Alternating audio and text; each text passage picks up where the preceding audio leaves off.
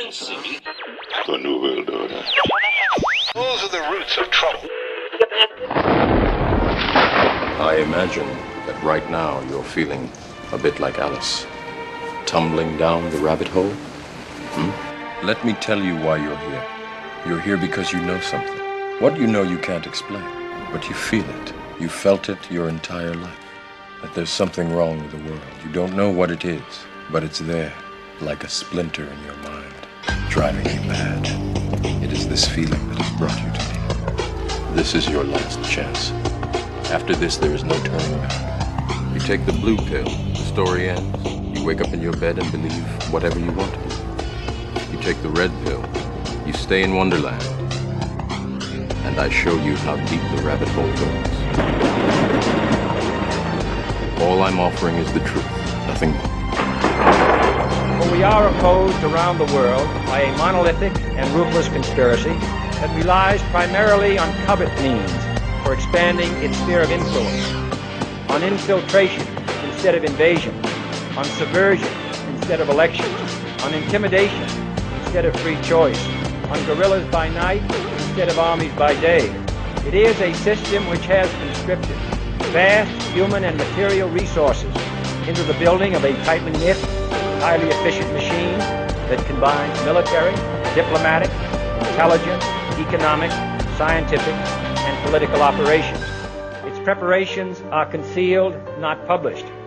Its mistakes are buried, not headlined. Its dissenters are silenced, not praised. No expenditure is questioned, no rumor is printed, no secret is revealed.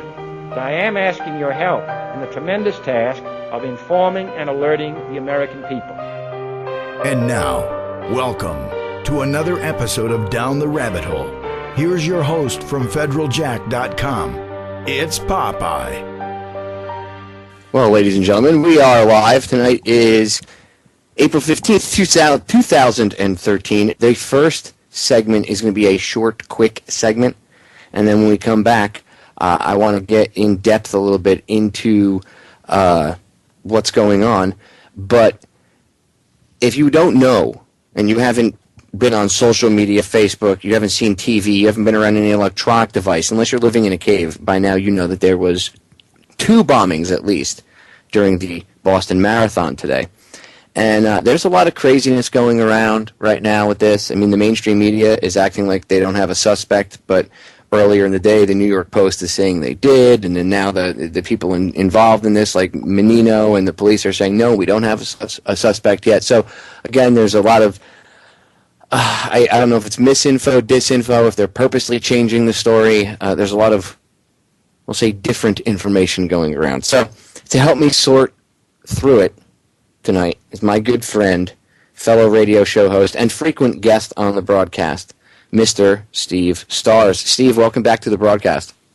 Hey, it's good to be with you, Popeye. But, you know, the funny thing about these things is it seems like whenever we get together to do a broadcast, we're right on the verge or right on the aftermath of some major event.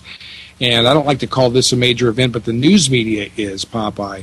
And we are going to do some news analysis on this immediately right now. Friends, this looks like another suspicious set of circumstances, and we're going to get into that as the show progresses. And as you have been listening to his show for a long time, Popeye is very good, and on top of these things, we have a very good record. Well, you know, I've just been looking at this today, Steve, and I knew that you were coming on, because we actually had planned a different broadcast tonight. We were going to be talking more about the gun control stuff that's going on over in Colorado, but now we have to cover this, and we that's actually part of, at least for me, I see part of this whole thing of them doing this is because if this was pulled off, we'll say, right, like a false flag type operation, part of the reason would be to, you know, don't pay attention to what's going on over here. Gun control, police state, you know, CISPA, all this other stuff. Pay attention to this over here. Exactly. You know, don't pay attention to what the right hand is doing. You pay attention to what the left hand, you know, the puppet over here is doing. Pay attention to this fake show. And I'm not saying, you know, I did some analysis on, I shot a YouTube video, 2 of them earlier, and some of the people were like, what, you don't think it's real? No, I clearly said in the video that I don't think it was staged or fake like that, but it was a staged event. Even if it was a quote unquote terror attack, it would be staged, right? Because they would have had to have staged bombs along the route, right? So, but if you look at it, which we'll get into, there's just a lot of weird shadiness to it. Just a few small things that clicked in my head right off the bat. There was a few red flags that made me say, wow, this is just uber shady. And I'm the one saying, well, we should wait 48 to 72 hours, but I was talking to you all day about this, Steve, and it's been, all between the two of us. Alarm bells. All right, ladies and gentlemen, we're going to break. We're back in a few minutes. Don't go anywhere. Ladies and gentlemen, we are back. So, Steve, we have a nice long segment, and I want to point out a few of the red flags that I was talking about in the first quick segment there. So when this thing first happened, I was like, of course. I looked at the calendar and I said, oh, look what date it is. It's April 15th. It's the week of Waco, the Oklahoma City bombing, the sinking of the Titanic, the assassination of Lincoln. Why do all these things seem to happen in this time period of, right around, and this also happens to coincide with all these occult rituals. If you start to look at the numerology I've been saying for a few weeks, in fact, I said about a month ago, about mid-March, I said, I would say about mid to the end of March, I said, April's coming up, keep your eyes open, it's that time of the year, they love to pull things off, and then as you see this gun control legislation being rammed through, right, everybody has been saying, almost unanimously across the independent or alternative, whatever term you want to use. I like independent media better, but all across this new media genre, people have been saying, hey, keep an eye out because they could pull some sort of false flag type event, meaning not saying that they staged it and it was video fakery, meaning all you have to do is just like the FBI has been doing with all these other terror attacks, right? Except they give the other morons inert explosives and they quote unquote catch them. This guy, they give him something live, and it's not like they haven't done this before. 1993, the first World Trade Center bombing, that was made possible by the FBI. So. Yep, it sure was. And, these are these kinds of events that we're talking about. I know there's another definition. I call them SCAR events, state crimes against the Republic. And they've been going on for years, friends, for years. And, maybe Popeye and I will do a show that lists the top 20. If they're even top 20, it might be more like top 40. But the key thing is, you're right on. We've been looking at this all day, friends. And, as soon as I heard about it, Popeye and I were watching the constant stream coming in from the Fox affiliate in Boston. And they have people on there talking about how it's like 9/11, and they're already talking about a terrorist attack. It couldn't be just somebody who was, some person, of course. But if they do find that one person, it's probably going to be some disgruntled veteran, right, who's mad at Barack Obama about the gun control issues. But, the key thing is, Popeye, everybody's been saying so far, and I pointed out early on in our conversation, it doesn't make any sense. It's not a strategic target of any kind. And so it's another crazy act, another misguided act, And so as a result, every time we have one of these misguided, crazy, senseless acts, and this is what was so funny is that Barack Obama, our president, came on and even called it that himself. So, why do these senseless attacks happen? And as FDR said, whenever anything happens that affects the political outcome of a situation, you can be certain it wasn't an accident. Or a Lee Harvey Oswald, or a Sirhan Sirhan, or 19 terrorists who decided to kill themselves by flying jet airplanes into the buildings in New York City. No, there's something going on with this, and I think it's a big distraction to wag the dog, if you like Popeye, to try to stop any attention that's going on with the gun debate and the massive drop in gold prices in the last couple of days. That's a very big issue that we could probably look at as well. And also so many other things that are happening in the economy, Syria, the problems with Syria right now, and, of course, all the long, long trail of baggage that Barack Obama has that he wants to keep people from looking at. So that's my take on it. If it serves as anything, it's a distraction. I don't know who they'll find and blame as the suspects or who they've already positioned in that place to be the suspects, like they always do, it seems like. But it was a real event. I know that there were now reported 3 people dead. Is that right? 3 dead and about 75 to 100 people injured. Yeah, 3 dead and at least I've heard 120 something injured, 70 something injured. I think it would probably be more like in the hundreds because the one explosive had at least one of them had shrapnel in it, and that sounds about right. That's what they would do. These homemade, what do you see in the movies? What do they try to, predictively program you? You see the bad bomber that's going to go kill people. What does he usually pack his pipe bombs with or his explosives with? Like washers and nuts and bolts and stuff like that, for shrapnel. So ball bearings. I mean, you can just go buy ball bearings and pack it with ball bearings. There you go. Right. And so, some of these injuries, I'm sure, will vary between people with severe burns, possibly amputees, all the way up to people with cuts and scratches. They can say there were 300 people injured, and they might have fallen down, and skinned their knee. It's hard to say what the actual injury numbers are, but there are supposed to be 3 people dead. I'm not saying that these were fakes.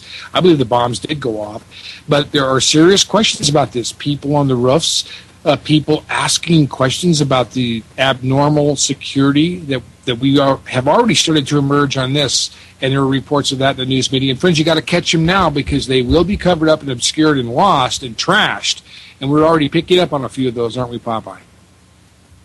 Oh, they'll get rid of them real fast. Did you hear the audio? I played you. I sent you the link to it. There's a coach. He's from I forget what university he's from, but he's been running in these things forever, and he finished. And just as he finished the marathon, he said that that's when the bomb went off, the explosion. But he said he noticed that there were bomb sniffing dogs that were hanging out here. I'll play the audio really quick for you. I know you've heard it, but I'll play it again for you and for the listeners. You can check this out. This is the coach saying that he witnessed, basically he's been running for doing these things for a long period of time, and over all of the years of going to different marathons all over the place, this is the first time he said that he's ever seen this high amount of security. It's a really short clip. It's like a minute. Check this out.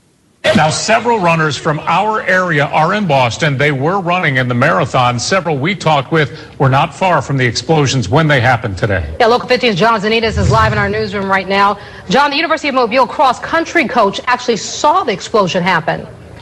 That's right, Kim. He had just finished the marathon and was walking back to the finish line to meet up with his wife. That's when the explosion started going off. His wife had been sitting in the section where one of the explosions went off, but thankfully she had left her seat to come meet up with him. He says there was just this thick, blinding cloud of white smoke. They all started running. The coach told me, though, this is interesting, before the marathon, he saw bomb-sniffing dogs and bomb spotters on the roofs at the starting line, and it appeared to him there was some sort of active threat before the explosions went off.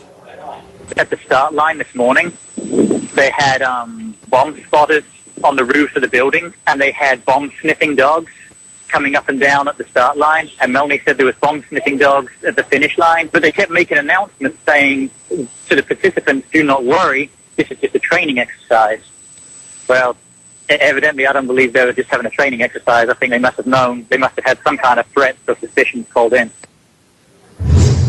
Now, Coach Stevenson told me he's run plenty of marathons in D.C. and Chicago, other major metropolitan areas, but he's never seen that many bomb-sniffing dogs for a race. For right now, reporting live in the newsroom, John Zanitas, Local 15 News. So let me ask you something. How is it possible that you have bomb-sniffing dogs all over the place before the bombs go off? You have snipers up on the roofs. There's that picture I showed you that I put up on on FedJack's Facebook page, where somebody had snapped, I guess, from one of their iPhones or something from the street just as the bomb was going off. And up on the roof of one of the buildings, there's somebody walking across the roof, and it's the building that the bomb's going off in front of. So the question is, who is that person on the roof? And there were a lot of people, well, it's probably military or a cop because, they had snipers and stuff. So, well, okay, that's fine, but still, he's a person of interest. And there were people that were arguing this point with me, and I said, dude, it doesn't matter if you're the Pope, a police officer, or a soldier. If you're on the roof of a building and a bomb goes off at the base of the building, during the course of the investigation, whoever's investigating it is going to talk to you because you would be, quote-unquote, a person of interest to speak to, because you might have some information. Okay?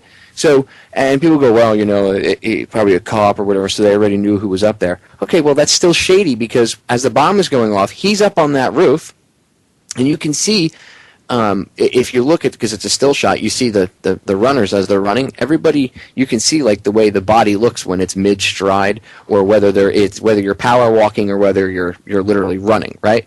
And he looks like he's walking. He's not in, you know what I mean? He's not like He-Man run because he heard an explosion and he's not in that stride. He's walking calmly. Now, do you think someone would be walking calmly after not one, but two explosions are going off? Don't you think if he was a cop or some sort of trained security specialist, he'd be running towards the front of the building, right? So that's just a little bit suspicious. I'm not saying who he could be. I'm not trying to say, oh, he's a terrorist, he's in on it. I don't know. All I'm saying is, that's a person of interest, and we need to figure out who that was. And if it is police or whoever, and they were up on that building already, then how is it that they had dogs that can sniff bombs that were by the end of the race, by the finish line, but they didn't sniff the bombs that went off successfully? Does that make any sense? Because they catch people bomb sniffing dogs catch people with like a little joint in their pocket all the time from 30, 40 feet away, and suddenly two bombs go off that are left in quote, like they said one of them was I think in a trash can or something, and the dogs didn't smell it. Don't they walk the dogs past those things all the time? You see the pictures all the time when they want to scare you and tell you that the cops are there to protect you, right? What they see all the time, the dogs walking around sniffing for bombs and stuff. So it just doesn't make any sense. What say you, Steve? I agree. And, again, this is what he said. This is what the coach said. Evidently, I don't believe they were just having a training exercise, Stevenson said. I think they must have had some sort of threat or suspicion called in. He believes that whatever he saw was going on here, Popeye, was out of the ordinary. He made that point very plain. Now, this quote may disappear from the news media, but this is the kind of stuff you get when you watch these things coming in as they happen and grab these little snippets, which are gold mines of information.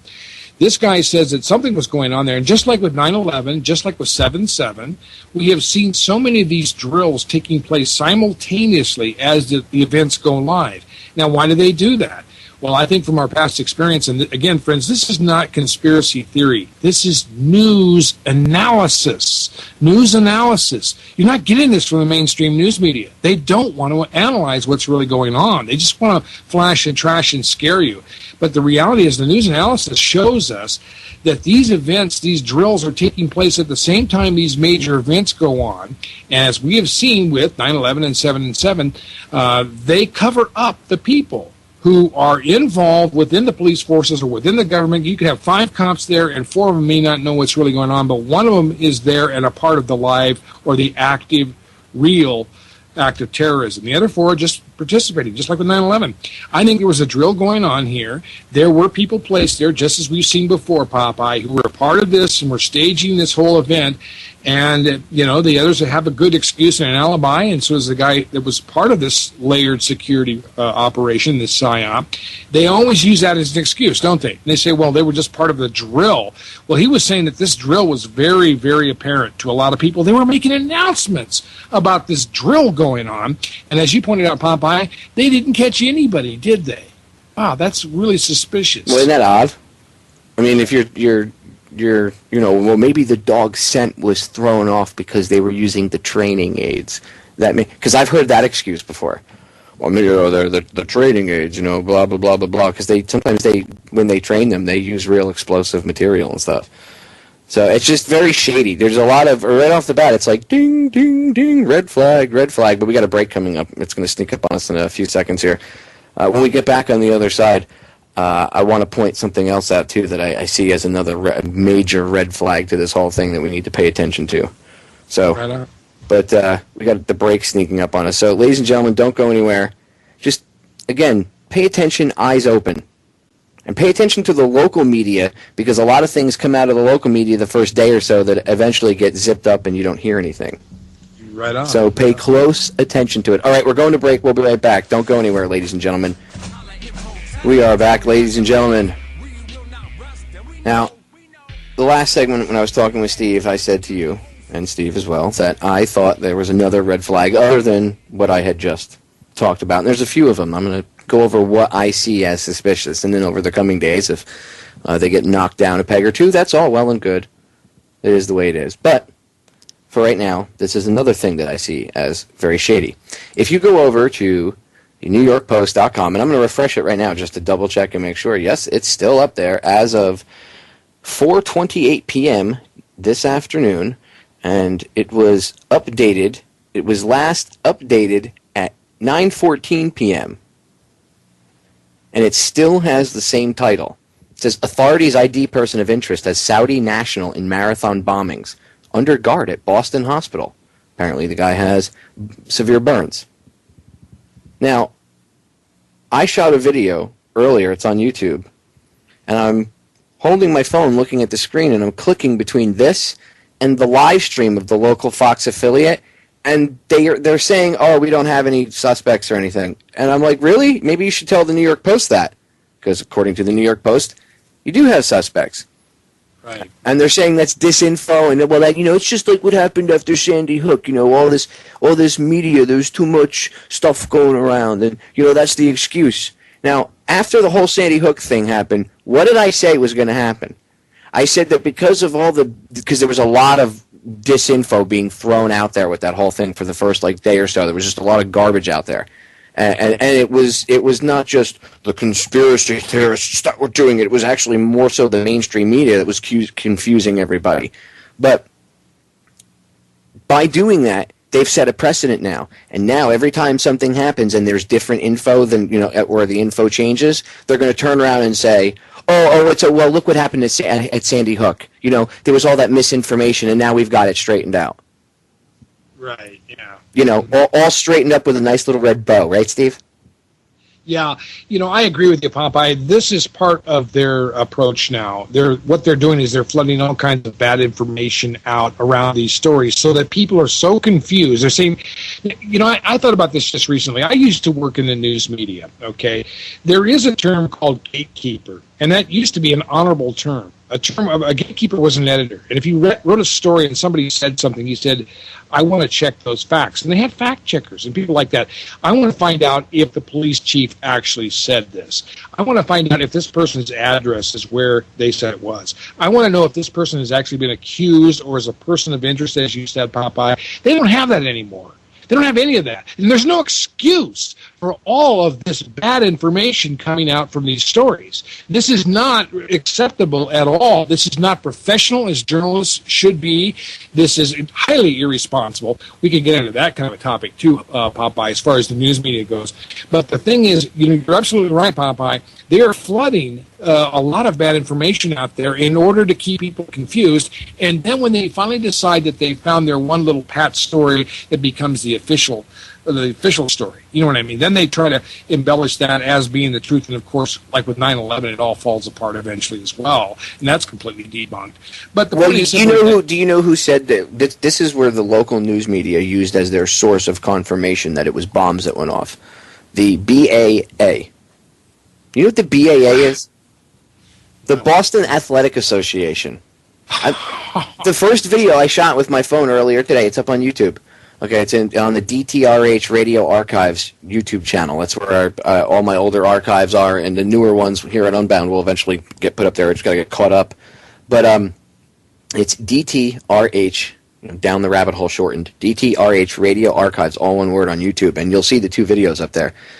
And in the first one, the two of them, I point out different things, including the fact that you can see that, like I said, you could see that they're saying we don't have any suspects, and then you go over to the New York Post article, and you'll be able to see it. Anyway, if you watch the first video, I would say watch both of them, but if you watch the first video, okay, you'll get a real good understanding of what I'm talking about. You'll see the garbage, the local media stuff.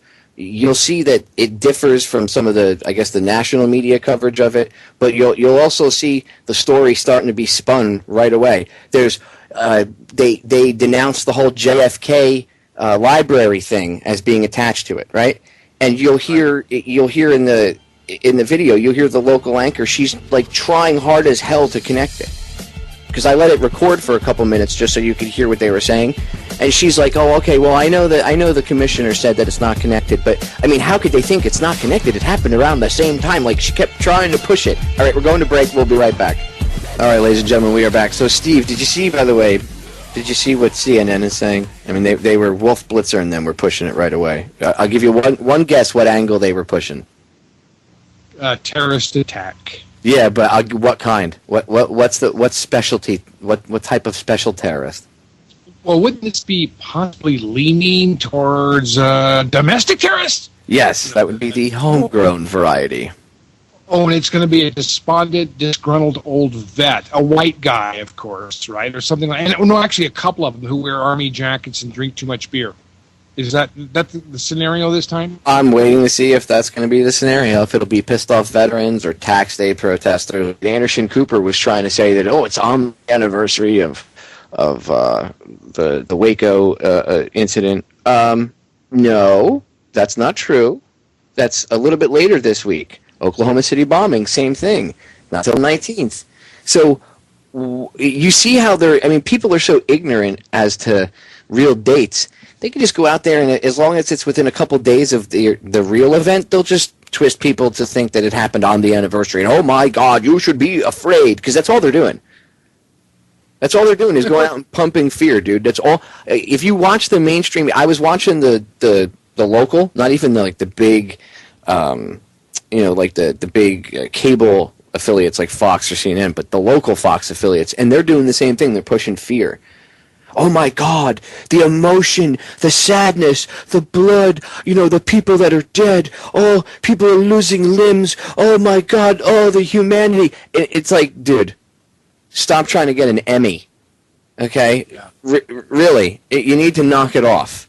They got to stop it. If you were responsible news people, you wouldn't be out there playing up people's emotions. You would be reporting facts logically. You would not be trying to stoke people's emotions, especially at a time like this.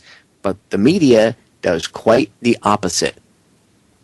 Yes, they do. And they present facts, and they immediately appeal to the emotional level. You know what I mean? They say, well, there are 3 people that have been hurt, and all the poor people in Boston, the children that were shaken up by this event when they came out to enjoy Patriots Day here in Boston, and then it turned into this horrible terrible event. The terror in their eyes that we could see. They always use that. Jerome Howard did this on 9/11, if you recall. He got in there right away. He talked about the facts. Dan Rather and people would ask him, well, could this have been explosives planted in the building? No, I don't think so. But now look at these brave policemen. I'm sure they're out there grieving the losses of their fellow policemen and firemen. And, they always go back to that emotional appeal. It's like Greek theater, where you have this big cry-in. And people get to the point they're so programmed this way, Popeye, that if you raise questions, you become insensitive because don't you know we're all having a cry-in session together now? We're all crying. Well, they're trying to slam right-wing, quote-unquote right-wing people, and they're doing the whole crying session, what you're talking about. They get everybody together. Oh, it's okay, emotion, get it all ramped up, right? Well, another one of my guests, who is a frequent listener, Dr. Jason Pujo, he's right up there, okay, so he's like on the ground, and he was listening to the local radio show, and he was saying that earlier a caller called in, and it said, are there any left-wing groups out there claiming that it was an inside job? Like, you're just asking a question? And the talk radio guy just kind of sidestepped the question and went on to say that nobody had taken credit for it, but didn't really answer the question. So, and that's not the only question that's getting, sidestepped. So even in the local area, there's already people that are awake and looking at this, even if it's on a lower level, they're looking at this going, well, there's something not right here. You can only pull this kind of crap off so many times before people start going, there seems to be an issue. How many times can the FBI pull off an event where they have a patsy and they catch the guy just in time? I'm willing to bet that this was one of these events where, just like all the other times, they gave him inert explosives, except this time they gave him something live. So when he hit send on the cell phone, it actually detonated. Very cool. Very well could be. They might have dropped that stuff in after the bomb-sniffing dogs were there. They might have just had a drop and then detonated it by cell phone or remote.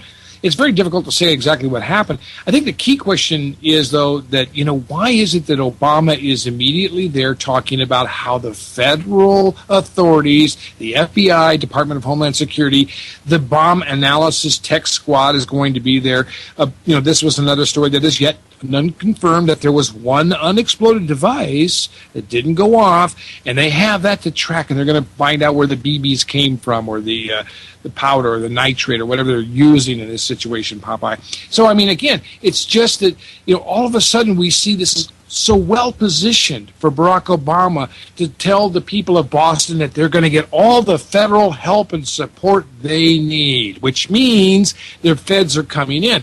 And they actually had, like you were talking about some of these questions, there was a guy that was answering questions up there in front of them. Well, they had several of them. This Tom McGee guy, who was a lot like Jerome Hauer, who was planting the idea of a terrorist attack. They've been talking about terrorist attacks all day, and they've been talking about a group this time. It's the group wording kind of gets involved here.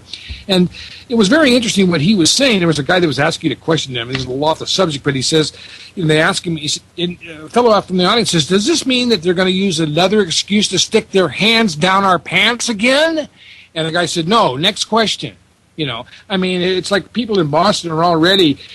We're making a difference, Popeye. People are listening. They're seeing the pattern recognition. They're seeing these things happen over and over and over. They're not falling for it like they used to anymore. Oh, I'm willing to bet they're gonna require TSA now. Every marathon from here on out, they're gonna have TSA frisk not only all the marathon runners, but anybody that wants to come see the marathon. They'll frisk all of them. I'm sure they'll have DHS come in and close down businesses and windows and force people out for the day. And don't worry, DHS will come in and save them. You'll see the DHS police vehicles rolling around there soon. We're here to help you to make sure this doesn't happen again. Right. Yeah, and they already have like an armored SWAT truck out there by the hospital and all this other kind of stuff. But they're talking terrorists, and Barack Obama was there to make this, this statement that we're coming in with all the feds now to do the full-scale investigation, and we'll get to the bottom of this. That was his quote. Right, because every other federal investigation into anything has ever gotten to the bottom of anything. Right, yeah. Yeah, go back to JFK, which is now coming up on 50 years. And, these people have never given us the truth about these things. The 9/11 Commission, NIST, what happened with the anthrax, what happened with the bankster bailouts. All of these things, weapons of mass destruction. We're continually being lied to, and your government thinks you're stupid. But we're not. We're waking up. There are more people out there today that are realizing they're starting to see the pattern recognition, Popeye, just like we've been talking about. We're not wasting our time here, and neither are our listeners. Friends, we are doing news analysis. This is not conspiracy theory. This is what the news media is supposed to be doing, and they don't do it. We're looking at these events and asking the questions that need to be asked. That's their job, and they've been absolutely negligent, derelict, and criminally responsible for the misleading of the American people in this country. So I'd say so. They go on, and the only thing they do is they stoke emotion, appeal to emotion, and they bring up, the horrific injuries, this and that, our hearts, and, go out to the people of Boston. And I'm not bashing the victims in any way, shape, or form. We should feel bad, and, if you're human, you'll feel some sort of emotion for them. So, yeah, if you are human and have, any sort of soul, then, yeah, you will feel bad for those people. But, should we allow our emotions to rule us? Should we just say, F logic? F logic, Steve. It's only gotten us so far where we are today. You know what? Let's just run on emotion. Let's if you want to do a social experiment, just any of the listeners, go ahead and feel free to run your life for a week, based everything off of emotion. Don't use logic in any decision you make for a week. Okay, this is for the people that obviously buy into the whole emotional argument. If you buy into it, if you can't take a step back and look at it, here's something that'll maybe help you be able to take a step back. Okay? For a week, live your personal life, everything you do, based on emotion only. Don't make any logical decisions whatsoever. Tell me how that works out for you. Let me know. Like getting up out of bed. I don't feel like getting up out of bed in the morning, or even walking to the toilet. No, it's true. That's the kind of life a lot of people live. It's knee-jerk. And the American public are so conditioned as a whole to react like rats in a cage every time they're shocked. You know, they're shocked continually. This is a cover-up, friends. Barack Obama's got problems with this gun control debate going on in the Senate. They don't want to be identified. These senators do not want to be identified as where they stand on this issue because they know it's unpopular. They're creating a distraction. And you know, Popeye, this may linger for a long period of time. They may come up with a suspect by tomorrow morning or say that they think they have a beat on this, and all that. Or they may spend weeks and weeks and weeks dragging this out, creating a wag the dog distraction while all this other stuff is going on, in order to keep us from looking at what's really going on. This is nothing but a sucker punch. I mean, I'm with sympathy to the people who were hurt there and died. Well, look at it like this, Steve. They had North Korea, but they pushed it as long as they could. And if they keep pushing it, they're going to cause World War III, right? So all of a sudden now the rhetoric is amping down from there, right? And just as that's amping down, this happens. Poof, another distraction. So you go from one distraction to the next, and you don't pay attention to what they're doing in Congress. Again, CISPA, gun control, draconian gun control legislation. Oh, but we're not going to register your guns, but we're going to build a backdoor registry. And if anybody says, well, who cares about registry of guns? Well, the only reason to register guns and to know who's got what is so you know who has them when you want to take them. It's been proven time and time again throughout history. Ladies and gentlemen, the definition of insanity is literally doing the same thing over and over and over again and expecting a different result. Do you understand that we are literally insane right now? Stop buying into the insanity. Like Susan Powter used to say back in the 90s, the chick with the shaved head, they used to do the infomercials, stop the insanity! Well, that's what we need to do. Okay? We need to stop the insanity. This is completely out of control. Anything happens now, and people have an emotional reaction to it.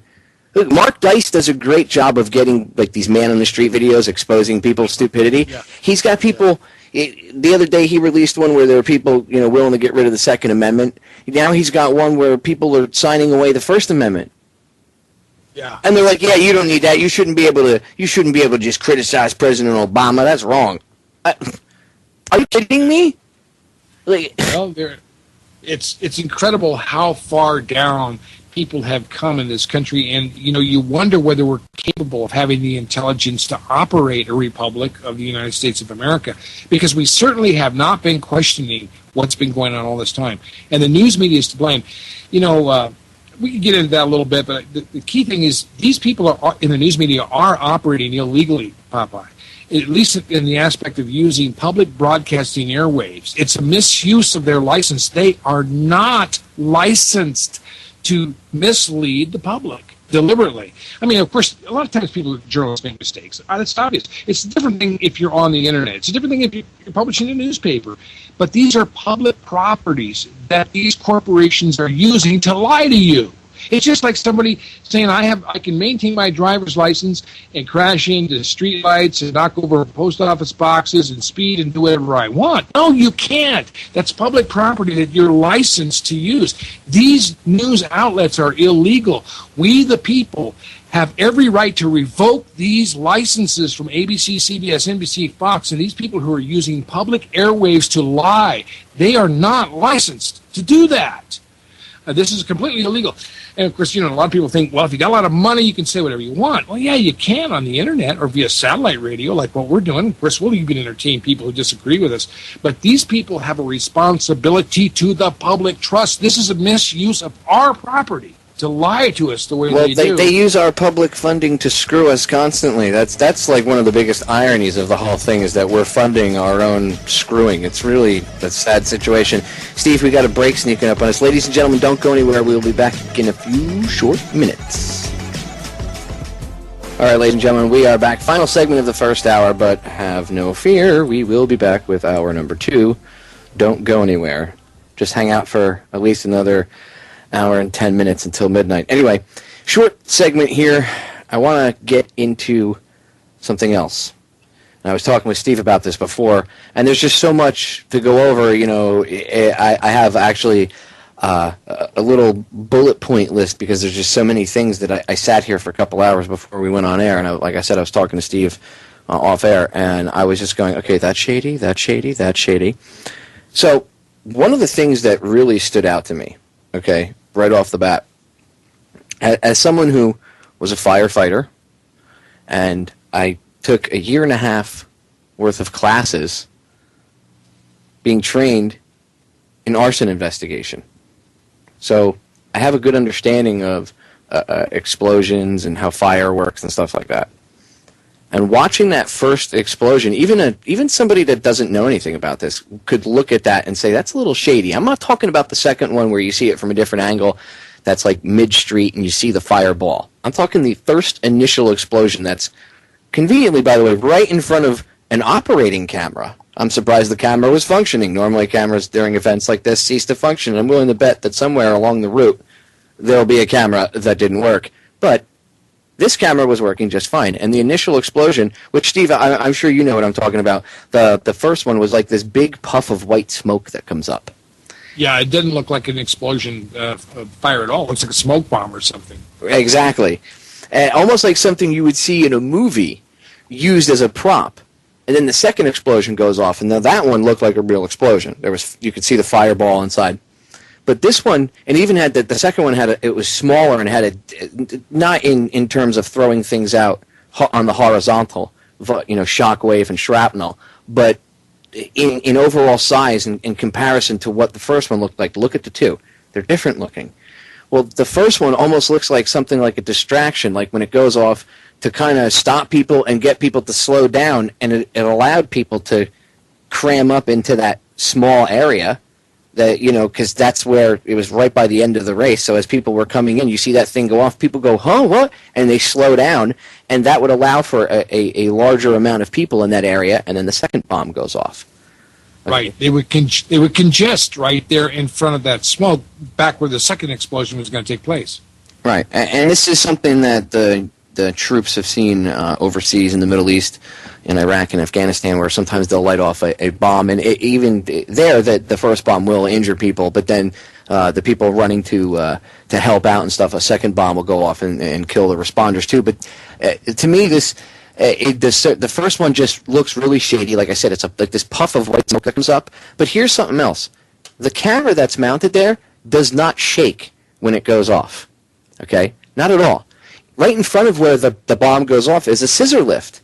You don't even see the scissor lift rock. And those things are, like, unstable. You get a stiff wind go by and it'll rock a little bit back and forth. So you would expect the shockwave of a bomb being right next to this thing, and if it moves, it's really not visible, at least, on the stream. I would need to see a bigger blown-up shot of the video, but from what I could see, it doesn't even move. So this thing's barely moving, and the camera, there's no movement in the camera from the shockwave. And I don't want to hear, well, maybe it was mounted to the building. It doesn't matter. The shockwave would have penetrated the building, and the camera would have rattled for a second. You would have seen it. I don't care about vision, stabilization and all this other garbage. You would have seen it. It's the way it is. How come in earthquakes you see the cameras shake, right? How come look at 9/11. There's a perfect example. There was a stationary camera that was set up, and I guess someone had it on a tripod, and there was an explosion, one of the explosions in the tower. A few seconds later, you see the camera shake from the explosion. Okay? Well, that was from the shockwave. So if it can travel that far away, because they were some distance, not too super far, but some distance, further than the distance between those two bombs. Okay, further than the distance between that bomb and the camera that was right there, and way further than the distance between the bomb and that scissor lift. And yet, that camera moved, and yet these two things didn't move. So again, why would the bomb just go, oh, it was a homemade device that didn't work right? I don't know, man. To me, it would be more of something to slow people down and get them to stop and go, whoa, whoa, whoa, like hit the brakes. And as everybody's, kind of careening into one another and forming into this big mass of people, then you light off the second one and ba-boom! If you want mass casualties, right? I mean, that's what you would do. So, but it's just kind of shady to me. I don't know. Just a little shady. And how come the bomb-sniffing dogs didn't pick any of this up? Again, having this big drill, dogs don't say. Maybe, obviously, the police state doesn't work. That's what this shows. Because you have cameras and police and everything all over the place, and still, apparently, terror was allowed to happen. So apparently having cops all over the place and a cop in your back pocket won't stop bad things from happening. That's the way I would look at this. I wouldn't look at it the other way around. Oh my God, we need more. No, obviously we have a ton of this garbage police state and didn't do anything, right? No, it doesn't. All right, we're going to break, ladies and gentlemen. We will be back in 1 quick minute. Don't go anywhere. Ladies and gentlemen, we are back with our number dose here on tonight's live edition of Down the Rabbit Hole. It is Monday, April 15th, 2013, and I'm your host, Popeye, from FederalJack.com. I'm joined tonight by my good friend and fellow radio show host and frequent contributor to my broadcast, as all of you here who are my new listeners, my older listeners already know, but as my new listeners will come to find out, my guest, Steve Stars, is a regular contributor to my broadcast, and much of the information that I have brought out over the years would not have come across in such a free-flowing manner had it not been for Steve's help. So, Steve, before we get into things, I want to say a big thank you for, just being a huge part of Down the Rabbit Hole over the years here. It's been over 2 years, so I just want to give you a big thanks and a big shout-out here. Hey, well, my pleasure. And, I actually live for this. I really do. I like to be on your show, Popeye, because this is a chance where we actually get to talk to the people who are listening, who are aware, who are awake, and recognizing what's going on, and are able to reach others and stuff like that. And I like the fact that I think we've been pretty accurate. We talked about, the whole situation in Egypt, the Arab Spring, Libya, Syria. We've identified things as they were going along in this path. Of course, Sandy Hook, Aurora, all these other different, catastrophes, these tragic events. I hate that wording, tragic events, because these are setups. These are murders. These are not something that we're supposed to sit around and feel bad about. These are things that should make us angry, and I think you're doing a great job with it, Popeye, and I consider it a pleasure and an honor and a privilege to have a chance to talk with you and your guests and your friends. Well, you have a level of knowledge that allows me to, I'm able to play off of your brain power because you're not stupid. So I can throw something out to you, and your brain. Like we talk off air a lot, so you and I are on the same page about a lot of stuff. And there are times that you and I disagree, but that's good because then we get into the debate, and sometimes you've pointed stuff out to me, and vice versa. I've pointed stuff out to you. Well, every time something shady like this happens, you're always like one of the first people I hit up, and I say, Steve, we need to go on air. But it's again, just like the Aurora shooting, you were already coming on air that night. You're coming on air tonight, and this happens. I mean, I'm not saying, oh my God, it's a conspiracy. I'm just saying it's synchronistic sometimes. So. Yeah, it is. It's amazing the timing that we have on these things because we have been right on top of this, and I think we've done a very good job of being on the cutting edge of exposing what's taking place with these state crimes against the Republic, and there's a whole list of them. And, of course, this is, I believe, evidently one of them. Obama was already packed and ready to come out and make this announcement that the feds are going to come in and help you in Boston, friends, and they're going to be there to make sure. And, what you pointed out before, we've got the Boulder coming up, the big Boulder Marathon out here close to where I live.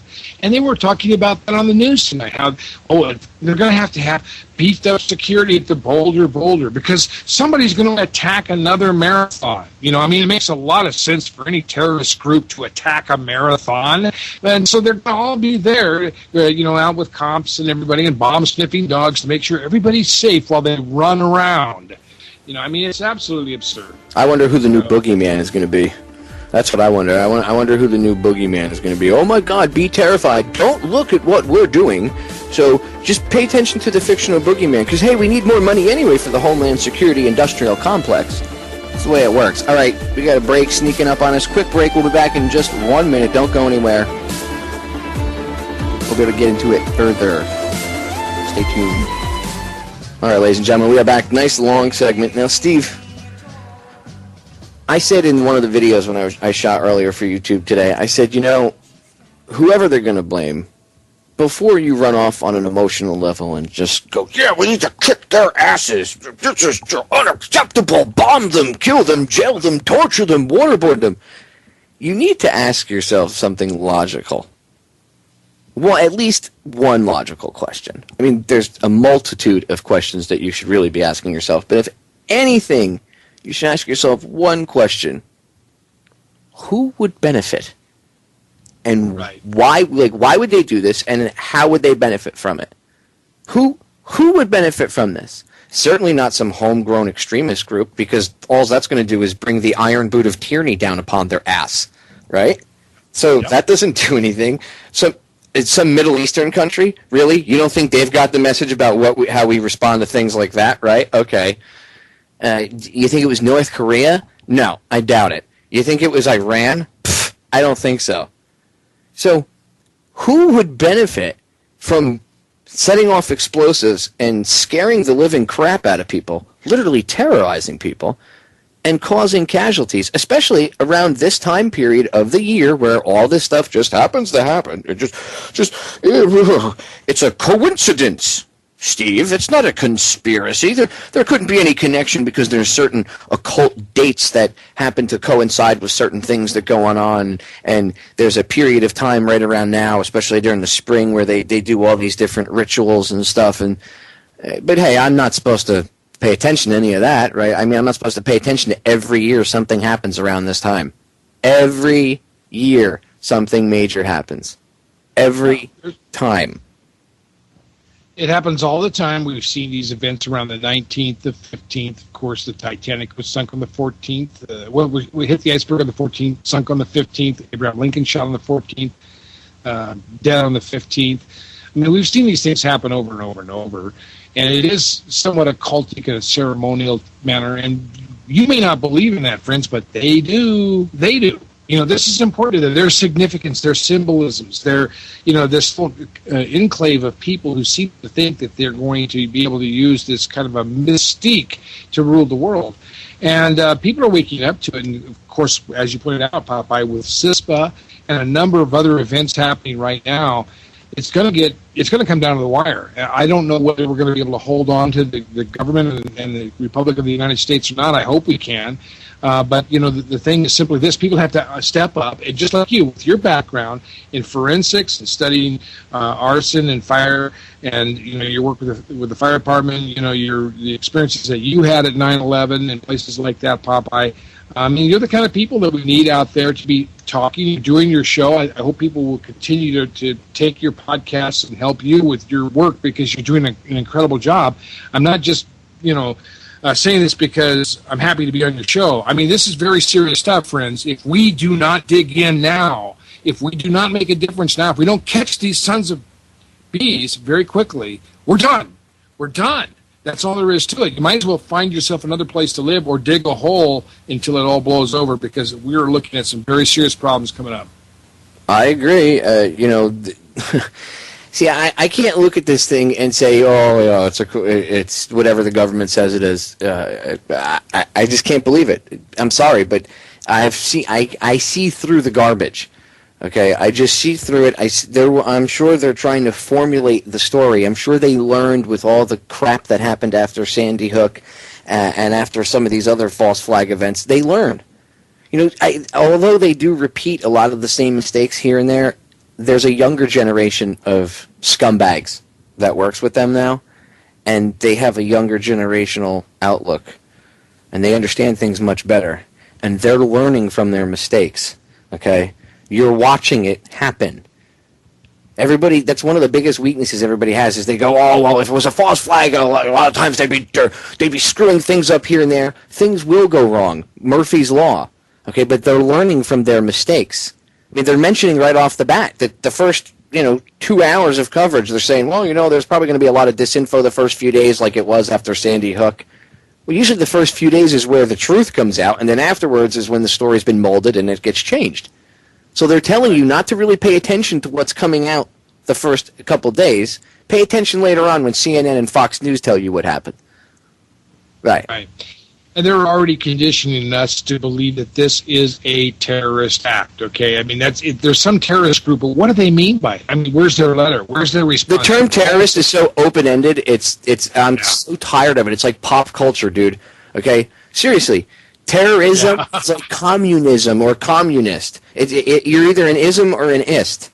a survivalist, whatever, a conspiracy theorist. Any ist can get blamed for anything. Right now it's just terrorist. It used to be communist. What's next? I'm so tired of the term terrorist. Anything that goes against the state is terrorism. That's what they view as terrorism. If you don't agree with what we say, you're a terrorist. The one guy was talking today, as soon as he was a local terrorism expert, you saw the feed. I don't know who the guy is. They bring a local terrorism expert. They bring him on. He's on the local Fox channel up there. Right. And he's like, well, right-wing extremists, you got to look right off the bat, steering it. Like trying to... You don't know. They don't have any info on that. But nope, they got to steer it. If they were real media, they would say, ladies and gentlemen, we're not sure what's going on right now, but relax. We have to be calm and look at this in a logical situation. There are people hurt that need medical attention. We'll make sure that they get medical attention. We're not going to focus on the horrific, gory pictures. We will cover it, but we're not going to. Maybe they can have a specific spot, like on the website, you could go to if you wanted to see all of it. But they focus, they only show the horrific stuff a little bit, just enough while they're pumping the emotional angle. Oh my God, be afraid, be afraid. We are human beings. We are susceptible to our emotions. It happens to me. Look, I know about thinking with logic, and I fall prey to my emotions. I'm a human. We all are. The people that are controlling things understand this. So rather than have their little talking heads come out and say something with some logic and calmly to you, they come on talking about how it's so upsetting and they're afraid. And they had, like the one local anchor, she was there watching her husband jog, right, or run or whatever, and he just finished the race when the bomb went off, and she had her kids with her. And then she was immediately in the studio, and she's reporting. And I know they do that. I know the network would probably hustle her right in or whatever. But right away, they kept going to her and having her giving the commentary. And she was the one that I said before that after they said, yeah, the JFK library thing isn't connected. And she was like, well, I don't understand how they could say that it's not connected. Well, because you're not thinking clearly, lady. You are still emotional because you were close to the event. They shouldn't have had you come on and put you in that anchor's desk, because you're not in the right frame of mind. That's actually like a conflict of interest if you think about it. She's in an emotional state. She was there almost like a victim of the traumatic event that happened, and now you have her coming on and reporting. She's not giving you a valid viewpoint. She's giving you something based off of emotion. I'm not bashing her. She went through a traumatic event, but they shouldn't be putting her on air and then parading her around, putting her right up on the front. They should have given her the night off, and let her, call in or whatever, and then interview her if they wanted to do that. But of course, if it bleeds, it leads. That's not how it works with the mainstream media. And of course, there's also the behind the scenes where they have to put out that emotional angle. And what better than one of their reporters, one of their anchors, right there on the scene, Steve? Yep, that's right. And I have this guy, Tom McGee, who is a retired police investigator. And he just happens to be around, and he happens to be like the Jerry Howard, Jerome Howard story. He has to be one of those people who's already beginning to seed in your thinking, well, it's an expert person who used to be a police investigator who just happens to be here, who's going to start telling us what we should expect to see from all of this. Of course, they don't have any information at all. And as we've said before, Popeye, they could drag this out for months, or they could have a suspect by tomorrow morning. The key thing is they're using this right now to keep people's attention. They're blowing it way up. It's like the Boston Massacre. I'm not to say that there weren't people injured, very serious things that happened here. I'm not trying to, belittle that. But the point is simply this, that this thing, I watched the network news tonight just for the purpose of seeing how long they would carry on this story to keep it in the foreground without talking about the gun debate in the Senate, without talking about the plummeting price of gold and silver, without talking about the stock market falling down, and all these other events, CISPA, and some of these other things that they hardly ever mention, Popeye, as you know.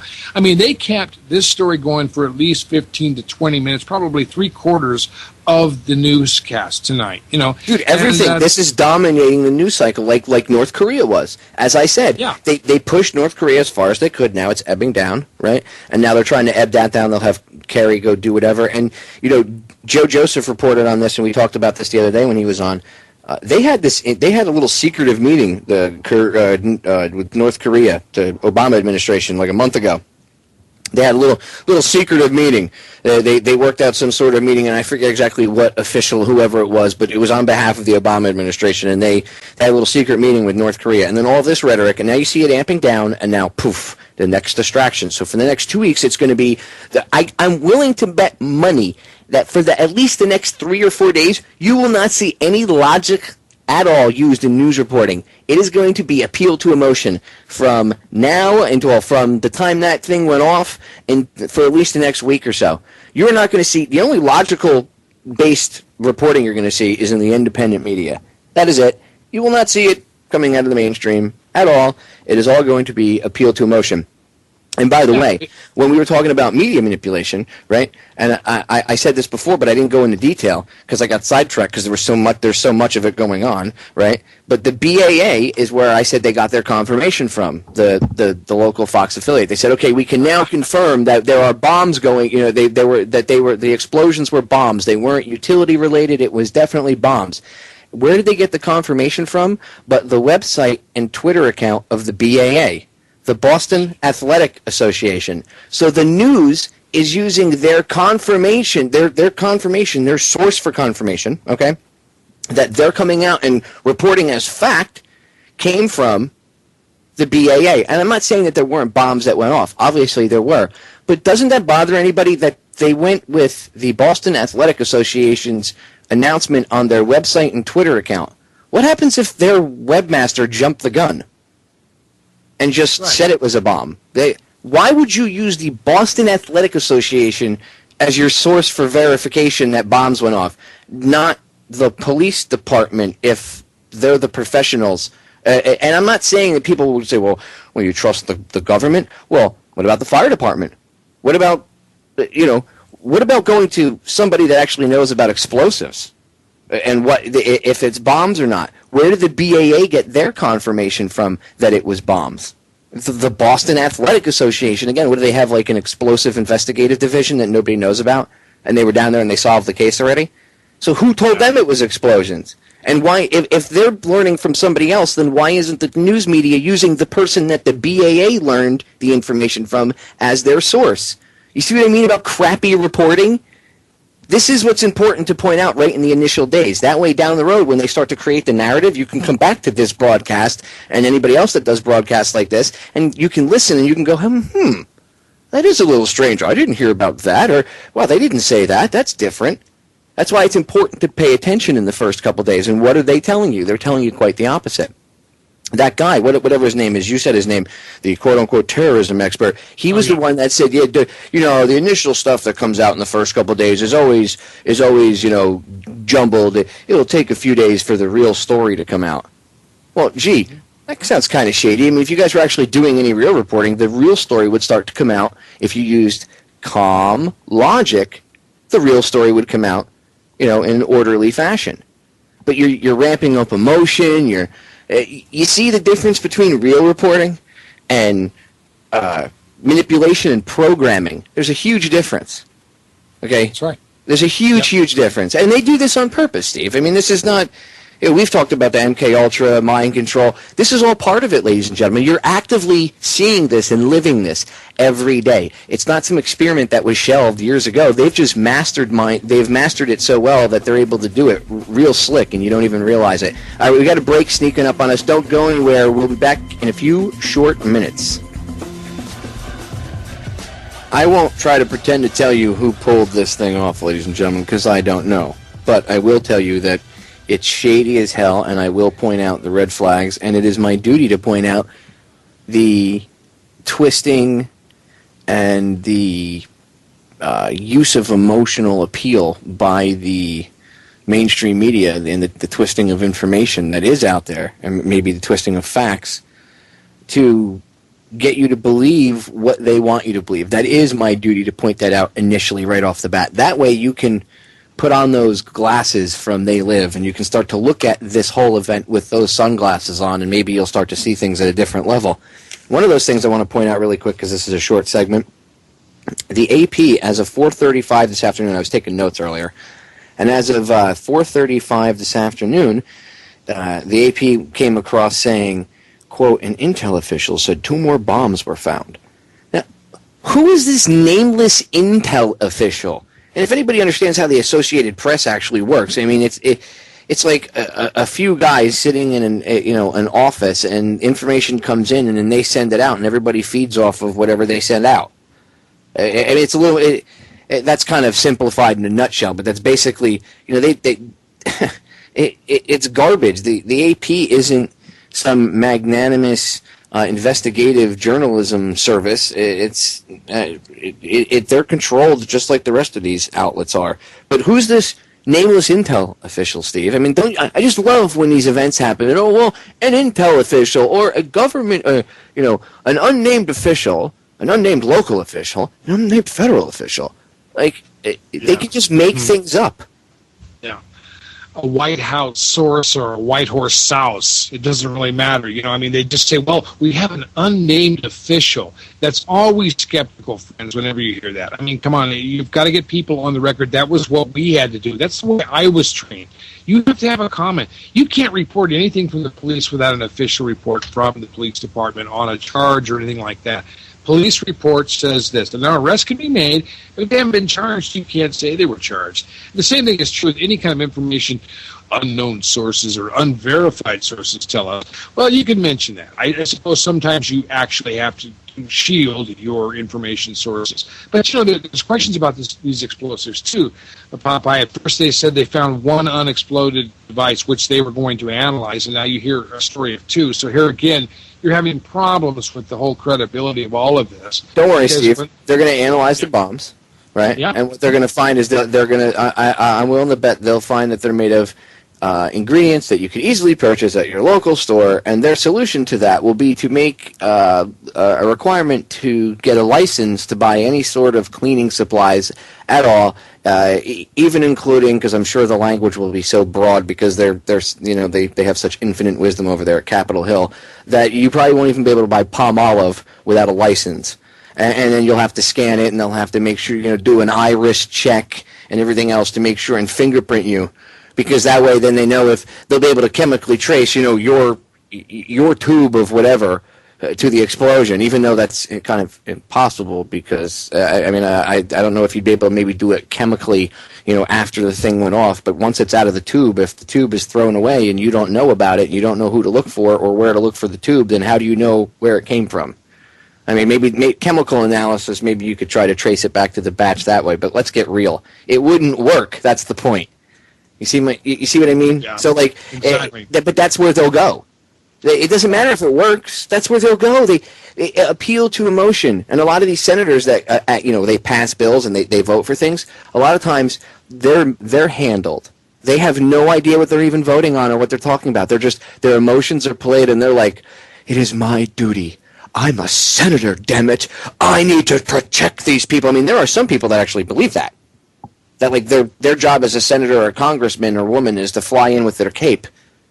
The president's supposed to fly in with their cape. No, none of you are supposed to fly in. How about you all back off, because you've all made a mess of things already. We'll handle it from here. Let the citizens straighten this out. First thing is let us start arresting the dirtbag officials. Oh, that's right, you're part of the dirtbag officials. So you'll never let that happen, right? I mean, that doesn't anybody see the problem? We're going to the Fox and asking the Fox to investigate the hen house. Yeah, that's absolutely the fact, too. I mean, we have untrustworthy people in office, people who are not capable of handling those positions. They go there with a little pocket change and come back millionaires. That shows you right there. There's all kinds of benefits to the individuals that they have overweighed in their concern instead of the interests of the people. And so as a result, virtually no one in the Senate. I called... Steve, I'm going to cut us off for a second. I know where you're going with that, and we'll pick it up on the other side of the break because we got a break sneaking up on us. Ladies and gentlemen, don't go anywhere.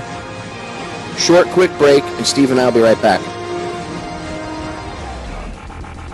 All right, ladies and gentlemen, we are back. Now, Steve, before we went into break, you were talking about how I know you were just about to get into it. You called your local senator, right, and the senator from your area, to grill him on a few issues, and I think you had an interesting story that goes along with that. So go ahead and listen to that. Yeah, Right on. Just to give you an idea, Popeye, you and your listeners, I called Mark Udall. He's a senior senator from the state of Colorado. You might remember Stuart Udall. It's a big family here, politically speaking.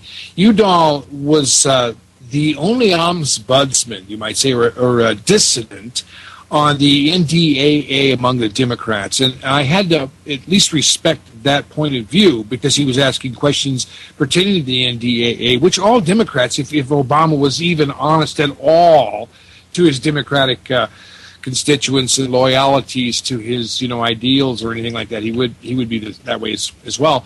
But Mark Udall, his son, who's the senator here, I asked his office, I said, now, come on, you know about this NDAA, you know about the detention of American citizens and the violations of the Constitution, habeas corpus, the right for a trial and cross-examination and things like that.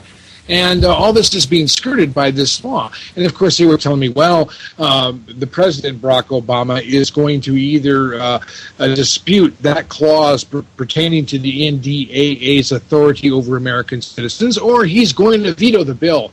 And I said, I'll bet you're lying, and I will be calling you on it. And I said, he's not going to do either one of those. He's going to sign that bill with that detention of American citizens in it.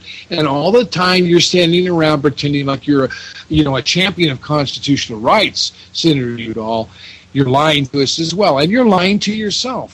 And, of course, this is exactly what happened. Obama did sign the law with the detention clause in there, and I called his office back up. Now, this time I talked to one of his representatives, and I said, well, I'm back, and I told you I'm going to blister your butt for doing this. I'm going to report this on the radio that you told me as a Democrat that he was either going to strike that part of the bill or veto it, and I told you then he was going to do neither. And I told the truth, and guess what you told? You told me a lie. Isn't that right? Well, the guy said, I said, now, about this gun control bill, do you know the name Corbin Dates? Corbindates, the kid that was in the theater? Have you seen that? And the guy says, no, I haven't. So I thought I'd take it one step further. What do you know about WTC 7? He was going, WTC 7? And I think probably lying or he's just completely stupid. And I was just telling him, I said, I'm embarrassed for you.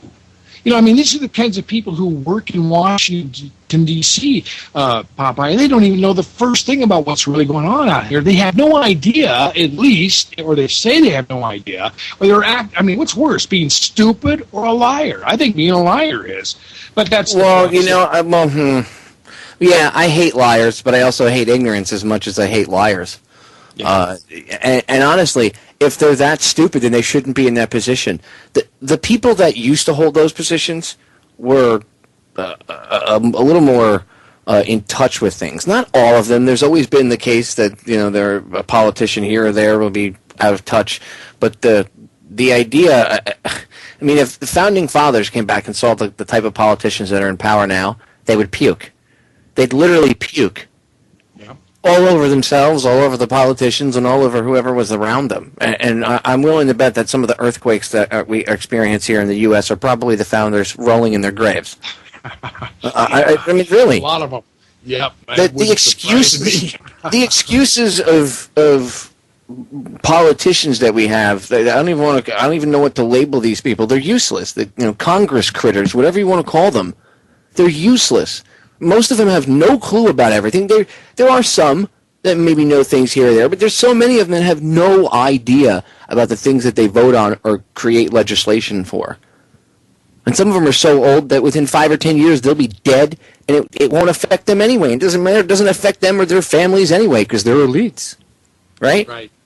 Yeah, I've never seen a time in American history where the current crop of congressmen and senators was so blankety blank poor. We just have nobody in there. Virtually, maybe only 2 or 3% of any of the people in Washington are in any way qualified, if not having the character to handle that position. Popeye, they're just terrible. And why we keep voting them in is because we keep believing in this two-party system, which is nothing more than a fraud. And, of course, these people have no respect for the law, and they're going to go ahead and make their money and ruin this nation in the process before we have an opportunity to turn it around. Well, see, that's why we have to educate people. I hate that term educate because it makes it sound like I'm sitting you down in a room and showing you propaganda. I scratch that. Because that's not really my goal. My goal is to make people educate themselves or learn whatever you want, whatever term you want to use. That's the goal. The goal of this whole broadcast that I do is never to, at the end of the day, do I expect anybody to take away what I say or Steve says or any of my other guests say as gospel. What I expect it to do is set a fire in your brain. And I expect that you'll walk away from this with at least a few questions. Even if you think I'm crazy, that's cool. I don't care. I don't really care what you think of me. If you think I'm a nutbag, whatever, that's your personal thing. I'm not up here for fame and glory. This isn't about me. This is about the message. And it's about getting you to think outside the box. That's why I do this 5 days a week. I don't get paid for doing this at all. So I do this on a volunteer basis. I do it because I know people walk away from this with their brains like a little electrical storm going on. I get emails. And people say, hey, I was a first-time listener. I heard your broadcast the other night about this, that, or the other thing, and it made me think for the first time, about, in a different light. I had never looked at the situation from that point of view before. Wow, you do make sense. That's all I want is people to think outside the box. Because once you start to do that, you'll see through this media manipulation. I mean, Steve, I was telling you off air before, the police commissioner, when he came out earlier today and he was talking, around like 4:30, 5 o'clock, and I'm paraphrasing here because I had to write it down from memory like a minute afterwards, but you can go listen to the exact thing he said. But a reporter had asked him about, is this terrorism? And they weren't saying it was terrorism yet, and he said, well, we're not saying anything yet, but, with the events of today, basically you can draw your own conclusions. Now, I'm paraphrasing a bit, but the term draw your own that last part where he says you can draw your own conclusions is verbatim out of his mouth. So he's telling the reporter, I'm not going to tell you as an official, even though we expect you to come to us. We tell you, do not believe crap on the internet. You come to the correct officials. So then the news media goes to the correct officials and says, well, is it terrorism? And they say, well, I'm not really going to tell you yes or no, but you judge for yourself. You could draw your own conclusions based on the events of the day. What the F kind of answer is that? Yep. Especially from some sort of official. I mean, dude, I wish you could see my face right now. It's just like, really? You know what I mean? Unbelievable. And people will go, oh, well, okay, okay, he's right. Well, we'll just have to wait, like a bunch of Pavlovian dogs just sitting there or barking seals. Nobody asks the further question. When these reporters ask a question and they get knocked down, how come nobody... You ever notice the other reporters never work with each other? Because they don't want to get blocked from these events in the future. So none of them really ever back each other up. What would happen if these reporters actually wanted to report on something and one of these guys or women asks a valid question and gets blown off? The other reporters there went, well, no, hold on. That's a valid question. What about that? And then, no, we're not worried about that. And then they move on to the next person. What about you? And they go, no, seriously, they were both right. That's a valid question. And then everybody just starts asking it. Well, then they would probably shut the press conference down. Well, you just forced them to act like a tyrant. The best way to make like a white-gloved, hidden tyrant act like one is to make him show his hand, right? Make him take the white glove off and show how dirty it really is and how covered in blood it really is. So you got to get them to do that sometimes. Sometimes you have to play them the way we're played. I mean, look, draw your own conclusions, Steve. Really? Absolutely. And it's very important to realize that these people have lost a lot of credibility with the American public. I talk to people all the time sometimes, and they're still in this hypnotic trend of thinking that, well, if you had anything truthful to say, it would be on Good Morning America or the CBS Evening News. I tell them, do you realize that 53% of the population now no longer really trusts the mainstream media? Do you realize that you're actually in the minority by listening to Diane Sawyer or, Harry Smith or any number of these other people, Wolf Blitzer? You're actually in the minority now. You are in the group of people who are still believing The mainline crap. I even saw a commercial on just the other day, and you might see it too. I think it's for Tercel or something, some car. And there was a guy saying, "Hey, did you hear about this great price on this car?" And the fellow says, "I don't trust the lamestream media." He said this in a commercial. Okay, and he says, no, you got to look at this because it's for real. I mean, this is actually being used in a commercial now, the lamestream media, as a selling point, for people not trusting the media. They are losing credibility like you would not believe, friends. And you can tell people that when they question you, say, well, I don't like those conspiracy theories. I said, well, do you realize that you're in the minority now? How many people? What is the percentage of Popeye on the people? Wait, you just actually. I have to cut you off. You just made a key point, and I don't even think you realized it. Repeat that last line. What do they say to you about conspiracy theories? They don't like them, right? Yeah, that's exactly it. Well, it doesn't matter what they like. That's an emotion. You see my point? The mainstream media gets them to not like stuff, right? And then they buy into it. Appeal to emotion. It doesn't matter what you like. You know what? I don't like this crap. You think I like reporting about the evil things that they do to kids when they take them off into their little dungeons wherever and they rape them and they kill them? No. I find it absolutely abhorrent and disgusting. But you know what? The only way to rout out a scumbag is to show everybody. Because then once everybody's on board, we can start the hangings. That's the way it works, ladies and gentlemen. All right, I'm tired of letting this crap go on. What about you, Steve? Absolutely, man. I mean, it's gone way too long, and I mean, it's been a long time since Benedict Arnold. We talked about, General Smedley Butler. I've seen a great video that you sent me on that, Popeye, that I got. It just talked about what happened during those times. None of those people were ever held accountable. Look at what's happened with these banksters who have stolen trillions of dollars. Trillions of dollars. They're not answering to anything. There is no law and justice, and there is no law enforcement. I saw an article recently, Popeye, that talked about how, they were going to begin to implement under NDAA and, of course, the Warren Military Authorizations Act and stuff like this for a while. How they're going to start using troops, to enforce law enforcement. Law enforcement? There's no such thing as law enforcement. It's an oxymoron in this country today, Popeye. It doesn't exist anymore. I mean, if they really were enforcing the law, they would be enforcing the Constitution, okay? And then you wouldn't have any problems because the things that are going on would not be going on. There's a difference between the term lawful and the term legal. And until people understand the difference, they're going to be getting jerked around. Okay, people hear the term legal or illegal, and they go, well, that's law, police, whatever, it's illegal, it's illegal. No, what Hitler did back in the 30s when he was rounding people up and putting them in camps and experimenting on them and killing, people in mass and then doing whatever biological experiments they were doing on people, that wasn't illegal under Germany's laws at the time. It was perfectly legal to go do what he did. It was completely inhumane and unlawful. It broke laws that everybody can agree on, right? I'm sure we can all have a basic set of human laws that we can agree on. Thou shalt not kill, torture, conduct biological experiments on one another.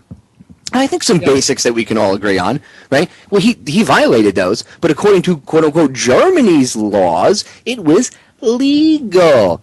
So there's a huge gray area there, ladies and gentlemen. One must understand the definition of legal and lawful. You have to understand the Law Society. Again, go get yourself a copy of Black's Law Dictionary so you can sit and start to look up some of these terms and understand things. That's a beginning, but that's only a place as like a dictionary as a reference. All right, we're going to break. I'm going to cut us off, Steve. Ladies and gentlemen, don't go anywhere. Final segment coming up. When we get back, I'm going to tell you where to get Steve's movie. That's right, he's also a filmmaker, for those of you that don't know. Stay tuned, you'll find out.